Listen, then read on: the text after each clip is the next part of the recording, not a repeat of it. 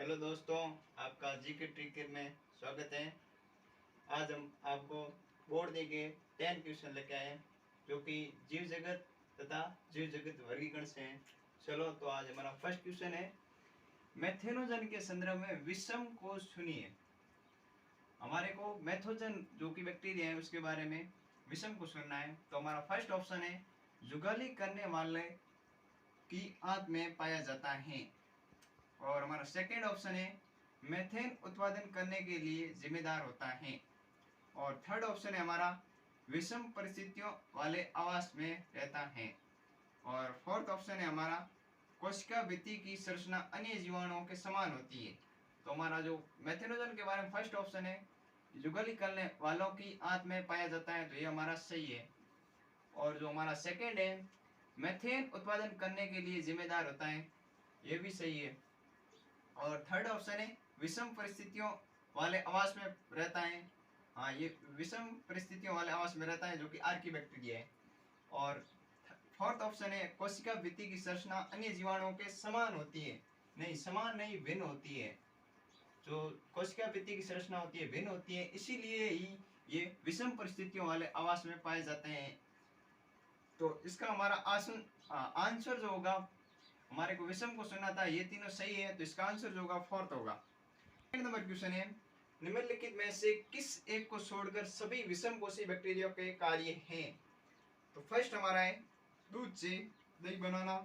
Second है, legume में nitrogen का स्थिरीकरण करना। थर्ड वाला है, प्रतिजैविक का निर्माण करना। फोर्थ है, वायुमंडलीय कार्बन का स्थिरीकरण करना। तो इसके अंदर जो विषम कोषी बैक्टीरिया होते हैं उसका फर्स्ट वाला ऑप्शन भी सही है, दूध से दही बनाना। और सेकेंड है, लेग्यूम में नाइट्रोजन का स्थिरीकरण करना, सेकेंड वाला ऑप्शन भी सही है। और जो हमारा थर्ड वाला ऑप्शन है, प्रतिजैविक का निर्माण करना, ये वाला आंसर भी सही है। फोर्थ वाला है, वायुमंडल में कार्बन का स्थिरीकरण करना, ये हमारे विषम कोषी बैक्टीरिया का नहीं होता है, इसलिए हमारा जो आंसर सही होगा वो फोर्थ होगा। हमारे यहाँ पर क्या, विषम कोषी बैक्टीरिया कार्य नहीं है, तो हमारा ये कार्य नहीं होता विषम कोषी बैक्टीरिया का, इसलिए इसका आंसर होगा फोर्थ होगा। चौथा आंसर सही है। और हमारा थर्ड नंबर क्वेश्चन है, तीसरा क्वेश्चन है, 5 जगत वर्गीकरण निम्न में से किस पर आधारित नहीं है। फर्स्ट है शारीरिक संरचना, सेकेंड है कोशिका प्रकार, थर्ड है शकल आकारिकी, फोर्थ है पोषण का तरीका। तो हमारे जो विटेकर ने दी थी 5 जगत वर्गीकरण प्रणाली, वो 5 जो उस पर आधारित थी। तो फर्स्ट हमारा था जो कि कोशिका प्रकार वाला, ये हमारा दिया हुआ है। और फोर्थ है पोषण आकारी, पोषण का तरीका, ये भी दिया हुआ है। और थर्ड है शारीरिक संरचना, और एक और था जातिवर्ती संबंध और प्रजनन। ये 5 हमारे थे। जो शकल आकारी की था ये हमारा नहीं था, इसलिए जो आंसर होगा वो थर्ड होगा। थर्ड का आंसर होगा थर्ड होगा, शकल आकारी की, जो कि विटेकर ने नहीं दी थी। तो हमारा जो आंसर होगा थर्ड का थर्ड होगा। फोर्थ नंबर क्वेश्चन है, एक कोशिकीय यूकेरियोट्स और एक कोशिकीय प्रोकैरियोट्स के जगत कर्मस हैं। यहाँ पर ध्यान दीजिए, कर्मस। फर्स्ट है, एक कोशिकीय यूकेरियोट्स, एक कोशिकीय यूकेरियोट जो कि प्रोटिस्टा के अंदर है, और एक कोशिकीय प्रोकैरियोट्स ये जो कि मोनेरा के अंदर है, मोनेरा। तो हमारा कर्मस पूछा गया है, यहाँ पर लिखा हुआ है मोनेरा और प्रोटिस्टा। तो ये तो रॉन्ग हो गया, क्योंकि यहाँ पर मोनेरा नहीं आना सही था, पहले प्रोटिस्टा आना सही था, इसलिए हमारा ये रॉन्ग हो गया। और सेकंड नंबर है मोनेरा और प्लांटी, प्लांटी नहीं है यहाँ पर भी ये रॉन्ग भी है, क्योंकि यहाँ पर प्रोटिस्टा और फिर बाद में आना चाहिए था प्रोटिस्ट मोनेरा, लेकिन यहाँ पर प्लांटी लिखा होता है, ये भी गलत है। और थर्ड वाला ऑप्शन है हमारा प्रोटिस्टा और मोनेरा, इसलिए यहाँ पर जो आंसर सही होगा जो फोर्थ का थर्ड होगा। और फोर्थ आंसर है प्रोटिस्टा और मायोकोटा, ये भी गलत है, तो हमारा फोर्थ का आंसर जो होगा थर्ड होगा। मतलब हमारा फिफ्थ नंबर क्वेश्चन है, उत्तकों के गुण कोशिकाओं में मौजूद नहीं होते हैं, बल्कि घटक कोशिकाओं के बीच परस्पर क्रिया के परिणाम स्वरूप उत्पन्न होते हैं। इसका मतलब है, फर्स्ट है, सभी उत्तकों में समान कार्यात्मक गुण होते हैं। और सेकेंड है, कोशिकाओं में गुण अनुपस्थित होते हैं। और थर्ड है, उस स्तरीय संगठन पर अंतर क्रियाएं नहीं होती हैं। फोर्थ है, सभी जीवित घटनाएं अंतर क्रियाओं के कारण अंतर निहित होती है। तो हमारा इसका फिफ्थ का आंसर जो होगा, फर्स्ट तो नहीं होगा, सभी उत्तकों में समान कार्यात्मक गुण होते हैं, ये फर्स्ट वाला तो रॉन्ग होगा। सेकेंड है, कोशिकाओं में गुण अनुपस्थित होते हैं, ये भी गलत है। और थर्ड वाला है उस स्त्री संगठन पर अंतर क्रियाएं नहीं होती हैं, ये भी गलत है। तो हमारा इसका आंसर जो फिफ्थ होगा, सभी जीवित घटनाएं अंतर क्रियाओं के कारण अंतर्निहित होती हैं। तो फिफ्थ का आंसर जो होगा फोर्थ होगा। और 6 नंबर क्वेश्चन है, डाइकैरियन का निर्माण होता है। डाइकैरियन किसे कहते हैं? जब हमारा जो कवक होता है उसके अंदर दो कोशिकाएं होती है, उसके जीव द्रव्य का संलयन होता है, उसको क्या कहते हैं? प्लाज्मोगेमी। और उससे क्या बनता है? दो केंद्रक वाली अवस्था बन जाती है, जिसको द्विकेंद्रिक की अवस्था कहते हैं। ये जो बनी रहती है, जो फाइकोमाइसिटीज होती है उसके अंदर नहीं होती है, जो बेसिडीमाइसिटीज होती है उसके अंदर जो होती है, जो डाइकैरियन अवस्था होती है। और जो एस्कोमाइसिटीज होती है उसके अंदर भी होती है, और ड्यूटेरोमाइसिटीज उसके अंदर नहीं होती है डाइकैरियन अवस्था। तो इसके अंदर हमारा ऑप्शन देखते हैं, फर्स्ट है एस्कोमाइसिटीज तथा और बेसिडीमाइसिटीज। तो हमारा फर्स्ट ऑप्शन ही सही मिल गया इसके अंदर, बाकी वाले भी देख लेते हैं। सेकंड है फाइकोमाइसिटीज और बेसिडीमाइसिटीज। फाइकोमाइसिटीज के अंदर हमारा नहीं होता है, लेकिन बेसिडीमाइसिटीज के अंदर होता है। और थर्ड है एस्कोमाइसिटीज और फाइकोमाइसिटीज। तो हमारा एस्कोमाइसिटीज होता है इसके अंदर होता है, लेकिन जो फाइकोमाइसिटीज होता है इसके अंदर नहीं होता है। फोर्थ है फाइकोमाइसिटीज और जाइगोमाइसिटीज। फाइकोमाइसिटीज के अंदर तो होता ही नहीं है, और जाइगोमाइसिटीज जो इसका ही पार्ट है, फाइकोमाइसिटीज का जाइगोमाइसिटीज होता है। तो इसका आंसर जो फर्स्ट होगा 6 का।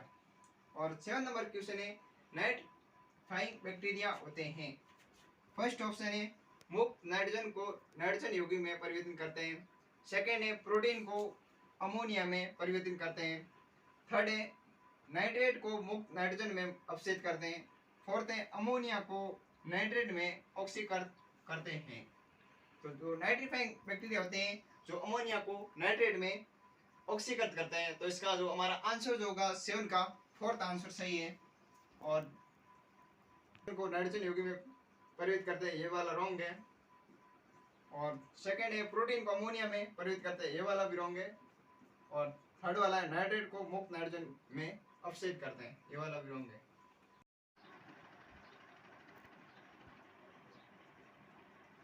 तो हमारा 8 नंबर क्वेश्चन है, निम्नलिखित में से कौन सी सबसे छोटी जीवित कोशिकाएं हैं जो एक निश्चित कोशिका भित्ति के बिना जानी जाती हैं तथा पादपों के साथ साथ जंतुओं के लिए भी रोगजनक हैं और बिना ऑक्सीजन के भी जीवित रह सकती हैं? तो हमारा फर्स्ट ऑप्शन है बेसिलस, जो कि ये तो बेसिडियोमाइसिटीज का बीजन होता है, उसको बेसिलस कहते हैं। तो हमारा फर्स्ट ऑप्शन रॉन्ग है।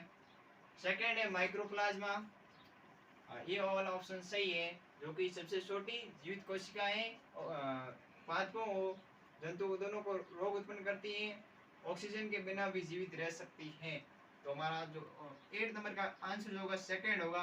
और थर्ड है स्यूडोमोनास, ये तो सेल वॉल होती है मोनेरा के अंदर। और स्टॉक, जो ये भी मोनेरा का जगत का एक जीव है। और 9 नंबर हमारा क्वेश्चन है, वर्ग ड्यूटेरोमाइसिटीज के बारे में निम्नलिखित में से कौन सा गलत है? फर्स्ट है ये केवल अलैंगिक बीजाणु कोनिडिया द्वारा जनन करते हैं। सेकेंड है इन कवकों में माइसीलियम साकी तथा पटे होते हैं। थर्ड है ये केवल परजीवी के रूप में होते हैं। फोर्थ है इन कवकों के उदाहरण अल्टरनेरिया, पॉलीट्राइकम और ट्राइकोडर्मा है। तो हमारा फर्स्ट वाला ऑप्शन है ये केवल अलैंगिक बीजाणु में कोनिडिया द्वारा जनन करते हैं। फर्स्ट वाला ऑप्शन सही है, और इसके अंदर जो लैंगिक जनन होता है वो अनुपस्थित होता है। और सेकंड वाला ऑप्शन है, ये वाला ऑप्शन हमारा सही है, लेकिन हमारे यहाँ पर क्या पूछा गया कौन सा गलत है? और इन कवकों में माइसीलियम साकी तथा पट्टी होती है, ये वाला भी सही है। और थर्ड वाला है ये केवल परजीवी के रूप में होते हैं, नहीं, ये केवल परजीवी के रूप में नहीं होते हैं, ये कुछ जो होते हैं वर्तजीवी होते हैं, परजीवी होते हैं, और अधिकांश होते हैं जो अपघटक होते हैं। तो ये वाला ऑप्शन हमारा रॉन्ग होगा, और ये वाला ऑप्शन ही हमारा सही है। हमारे क्या पूछा गया था कौन सा गलत है, तो हमारा ये वाला ऑप्शन सही है।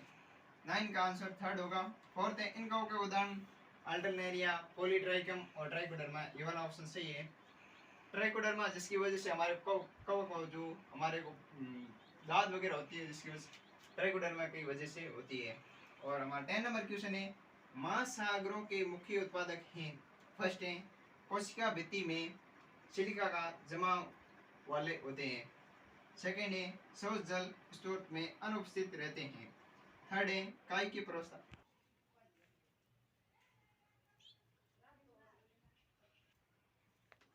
हमारी लाइट चली गई थी बीच में, इसलिए वीडियो रुक गया था। अब हम वापिस से शुरू करते हैं। ट्रेन का दूसरा आंसर है सौर जल के स्रोत में अनुपस्थित रहते हैं। और थर्ड है काय की प्रवस्था में 2 कशाम्बिकाएं होती हैं। फोर्थ है प्रोकैरियोट्स होते हैं। फर्स्ट वाला ऑप्शन है कोशिका भित्ति में सिलिका का जमा वाले होते हैं, जो डाइटम तथा डेस्मिन होते हैं, जो कि महासागरों के मुख्य उत्पादक होते हैं। और इसकी कोशिका भित्ति के अंदर जो सिलिका का जमा वाले होते हैं, जिसको बहुत सारे वर्षों के बाद जो बना रहता है, उसको डाइएटमी मृदा कहते हैं। तो ये वाला ऑप्शन जो 10 का फर्स्ट ऑप्शन ही सही है। और सेकंड वाला भी देख लेते हैं, सौर जल के स्रोत में अनुपस्थित रहते हैं। तो सौर जल के स्रोत में अनुपस्थित रहते हैं, नहीं, ये सौर जल और लवणीय दोनों के अंदर भी जो समुद्र होता है लवणीय तथा समुद्र, लवणीय जो कि समुद्र, दोनों के अंदर ही होते हैं। ये वाला ऑप्शन रॉन्ग है, लेकिन हमारे यहाँ पर जो मुख्य उत्पादक होते हैं उसका बारे में सही पूछा गया था, ये वाला रॉन्ग है। सेकंड वाला काय की प्रवस्था में 2 कशाम्बिकाएं होती है, नहीं, जो क्राइसोफाइट होते हैं उसके अंदर कोई भी कशाम्बिकाएं नहीं होती है। प्रोकैरियोट्स होते हैं, नहीं, ये यूकैरियोटिक्स होते हैं, यूकैरियोट्स होते हैं। तो हमारा जो 10 का आंसर जो फर्स्ट होगा। Okay, thank you.